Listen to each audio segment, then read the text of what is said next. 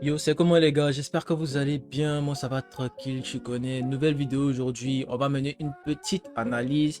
On va essayer de voir un peu entre le Maimouna et la New Wave, c'est-à-dire Plug Music, DMV.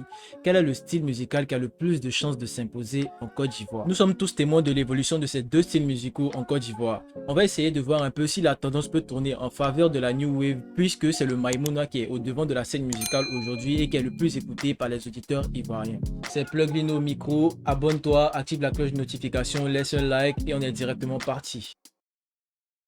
Ça vient de Babi, ça vient d'Abidjan, ça vient de Kokodji, ça vient de Kokodji. Je roule un bédo, je suis pas trop vodka, je préfère un Vodji. Le shooter est ganté, il fait le boulot, dirais tu dodo. T'as pété un boulon, fais pas le gueudin. On va déjà commencer par parler du Maimouna. Tout le monde sait ce que c'est que le Maimouna. C'est un peu un mood dansant, un peu une variante du coupé décalé, mais avec un peu de drill dedans en même temps. Vous connaissez déjà le concept. Le Maimouna a pop, on va dire, depuis 2020-2021. Et maintenant, c'est en train de s'exporter en France avec notamment 3X Dave, JR La Mélo et j'en passe. Mais pour ceux qui viennent d'arriver un peu dans la scène du rap ivoire, il faut savoir que le Maimouna existe depuis longtemps, mais au départ, c'était appelé autrement. Les auditeurs, c'est-à-dire nous les jeunes de l'époque, on appelait le Maimouna le rap SoundCloud. Et ce rap SoundCloud là était mené par des artistes comme JD qui était le grand patron, les Azago, les Davix, avec son groupe de X, Jusix et tout le tralala qui allait avec. À l'époque, ce style de musique là était beaucoup prisé par les jeunes auditeurs ivoiriens. Ils aimaient beaucoup écouter les morceaux SoundCloud des JD, des Davix, etc., etc. Mais au fur et à mesure que le style évoluait, c'était quand même difficile de venir s'installer dans le mainstream ivoirien, puisque à l'époque aussi, il y avait quand même de grosses têtes d'affiche. Je parle bien sûr de Kif No Beats, de Kozak, de Lil J. Du coup, pour que ce style de musique là, c'est-à-dire le rap SoundCloud, puisse venir s'introduire ou s'incruster un peu dans le mainstream du rap ivoirien, c'était vraiment compliqué. Il fallait déjà que ces rappeurs de SoundCloud là fassent mieux que ceux qui sont déjà dans le mainstream, même si je pense qu'il y avait quand même un peu de niveau, ils auraient quand même mérité une place. Mais voilà que on arrive en 2020 avec la crise sanitaire et l'explosion aussi de la drill partout dans le monde. On va beaucoup parler de certains rappeurs comme Pop Smoke, Gazo et j'en passe. Mais en Côte d'Ivoire ici, c'était encore un peu confondu. Ça continuait le rap SoundCloud, mais il y avait un artiste qui est selon moi éteint des radars aujourd'hui. Mais selon moi, là, c'est un avis subjectif, selon moi, c'est lui qui a un peu mis en lumière le Maimouna. Je parle bien sûr de Kiki Moteleba, qui avait fait sortir l'extrait de son son Tigini sur les réseaux qui tournait partout. Quand je suis arrivé, les petits se sont demandé ce qui se passe au haut. Tellement les petits a beaucoup d'inspiration pour déranger. Fais les positions pour danser, fais les positions pour bouger. Y'a qu'à te bina pour danser.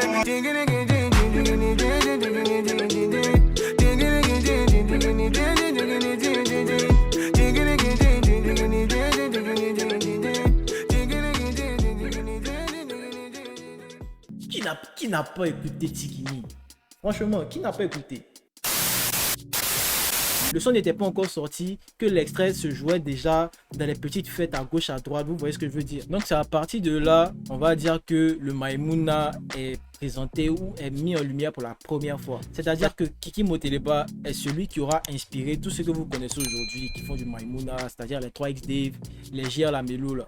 C'est Kiki Moteleba qui a lancé le mouvement et puis les 3XD vont suivi. Après ça, on a commencé à entendre plusieurs morceaux avec les sonorités du même genre que le morceau Tigini de Kiki Moteleba. Les 3XD, les GL La Mélo, bon, je cite ceux-là principalement parce que c'est eux qui sont au devant. Commençaient à faire sortir plein de sons qui petit à petit aussi prenaient de l'ampleur jusqu'à arriver à un point où ils fassent tous les deux un son avec Didi B, Black K, Imra. Je sais pas si vous vous rendez compte de la dinguerie. Ces trois artistes là sont trois grosses têtes d'affiche du mainstream ivoirien. À partir de ça déjà, on peut être tous d'accord pour dire que le Maimouna a pris une place importante sur la scène du rap ivoire.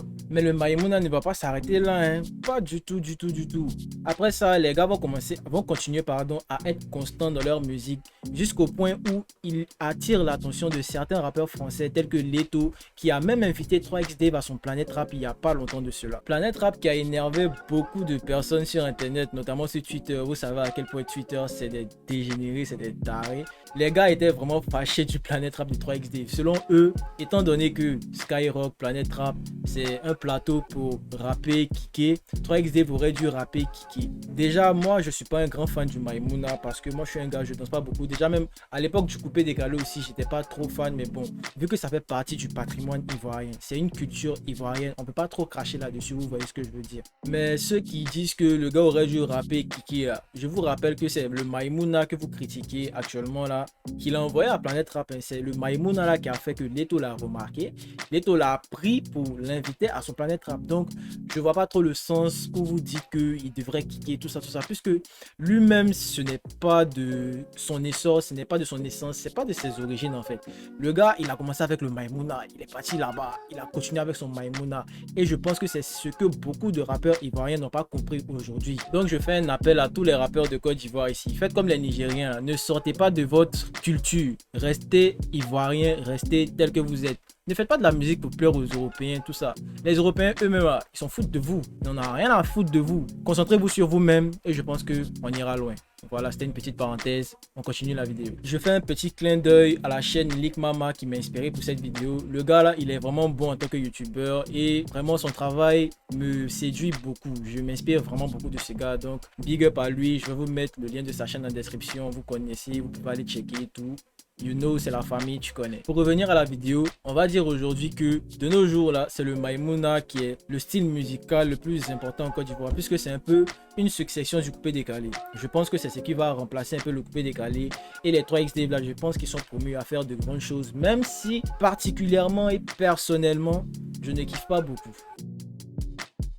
On va parler maintenant d'un petit malin qui se faufile un peu dans, on va dire, les pattes du rap ivoire. Je parle bien sûr de la New Wave, DMV, Plug Music, qui lui aussi, mine de rien, est en train d'évoluer petit à petit dans la scène du rap ivoire. Tout comme le Maïmouna, la New Wave a aussi commencé sur SoundCloud, puisque c'était le moyen le plus facile d'écouter de la musique. Mais la New Wave tire son inspiration d'ailleurs. Il y a certains rappeurs qui faisaient partie du rap SoundCloud, mais qui n'ont pas migré vers le Maïmouna. Je parle bien sûr de Ellie Slime, de Dave X, Famous Freaky, Ozaki et plein d'autres rappeurs. Il y a aussi Blitza, j'en passe. Moi personnellement, j'ai connu la New Wave avec Ellie Slime. C'est lui qui a été l'un des premiers rappeurs à avoir apporté ce style musical là en Côte d'Ivoire.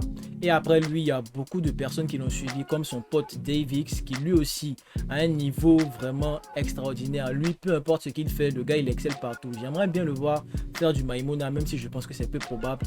Mais bon, vas-y. Tout comme le Maïmouna, la New Wave aussi a une certaine fanbase en Côte d'Ivoire, dont moi particulièrement. Mais est-ce que dans le futur, elle peut avoir une place importante sur la scène du rap ivoire? Partons du principe que la New Wave est déjà instaurée en France avec les rappeurs comme Dahomey, 8 Rookie, Siran. Pour mener notre analyse, on va prendre un peu les auditeurs français. Les auditeurs français de la New Wave ne sont pas nombreux. Et puis généralement, ce sont des adolescents. Si on prend en compte ce critère-là, est-ce que vous pensez que la New Wave peut évoluer? Personnellement, moi, je ne le pense pas, puisque la New Wave, c'est plus un rap d'adolescents qui, au fur et à mesure que tu grandis, tu prends de l'âge, il n'y a pas vraiment d'importance à faire ça. Parce que le sujet principal même de la New Wave, c'est jamais rien de bon à part les drogues, les sirops et les petits trucs que tu fais un peu en mode une sorte de variante de la drill, mais un peu moins brutal. Tu vois ce que je veux dire? Tu vas parler un peu des petits moods que tu vis et tout. T'as même pas besoin de préparer de texte en vrai. Tu peux venir là comme cela, te poser devant le micro, tu parles un peu ce qui sort de ta bouche, tu dis voilà et ça passe tranquille. Ce genre de style de musique là, il y a certains qui sortent du lot, qui peuvent la faire évoluer, mais moi je ne pense pas. Personnellement, je ne pense pas que la New Wave aura une place importante sur la scène internationale comme la scène du rap ivoire, puisque c'est un peu un rap, on va dire, passager. C'est un style passager, c'est-à-dire quand tu es dans l'adolescence, comme nous, comme ça les jeunes, c'est seulement cette tranche d'âge là de personnes là qui vont écouter. Il n'y a pas vraiment de gens vraiment un peu Mathieu, tu vas pas te mettre à écouter de la New Wave à 30 ans alors que tu es dans ton bureau, tu vois ce que je veux dire, c'est un peu glauque. Voilà, donc personnellement je je ne pense pas que la New Wave va évoluer. Je pense qu'il existe une solution pour que les deux styles musicaux là puissent coexister. Il s'agirait déjà d'apporter de l'importance à ce que les artistes ivoiriens font eux-mêmes et à ce que eux-mêmes, ces propres artistes, puissent également apporter de l'importance à ce qu'ils font. Parce que comme je l'ai dit précédemment dans la vidéo, il y a certains artistes qui rappent pour essayer de s'imposer ailleurs. C'est-à-dire qu'ils délaissent la scène de rap ivoire, les auditeurs ivoiriens, et visent un public autre que le public ivoirien. Quand c'est comme ça, on ne pourra pas évoluer. Il faut déjà arriver à t'implanter toi-même dans ton pays pour pouvoir influencer les autres. Vous voyez ce que je veux dire? Si tu n'arrives pas à influencer ton propre pays, comment tu veux influencer le pays des gens? Donc, il faut ça d'abord. La deuxième solution que je propose, c'est que les auditeurs ivoiriens arrêtent d'écouter la musique illégalement. Je connais plein de personnes avec des lourds téléphones, les iPhone 15, les iPhone 14, mais qui écoutent encore de la musique sur Amerigo. Quand c'est comme cela, on peut pas soutenir les artistes comme cela. Faudrait écouter les sons sur les plateformes de streaming à ce qu'ils comptabilisent vraiment de vraies statistiques. Parce que quand vous téléchargez sur Amerigo là, eux ça les pénalise. Non seulement ils perdent de l'argent, mais ils perdent aussi la chance de pouvoir représenter leur pays. Quand c'est comme cela, c'est pas vraiment intéressant. Donc de grâce les gars, streamons les sons. Regardez l'exemple des Nigérians. Aujourd'hui, Rema fait des feats avec Selena Gomez. Il y a Tems qui écrit des chansons pour Rihanna. Tems écrit chanson pour Rihanna. Elle fait feat avec Future. Vous voyez ce que je veux dire? Donc de grâce, donnons de la force à nos artistes. C'est pas beaucoup. Spotify en Côte d'Ivoire, c'est pas beaucoup. C'est même le moins cher. C'est mieux que de payer 10 heures. Beaucoup. Vous avez l'argent pour acheter l'iPhone.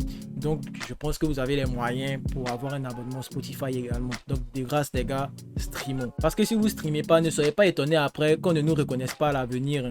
Ah, je vous dis en même temps, faut pas que quelqu'un va faire les choquer ici. Si nos artistes ne percent pas, c'est en partie à cause de nous aussi. Voilà. Donc voilà, c'était tout pour cette petite analyse. J'espère que cette vidéo vous a plu. Si c'est le cas, laissez un like, laissez un commentaire, activez la cloche de notification pour ne pas rater les autres vidéos.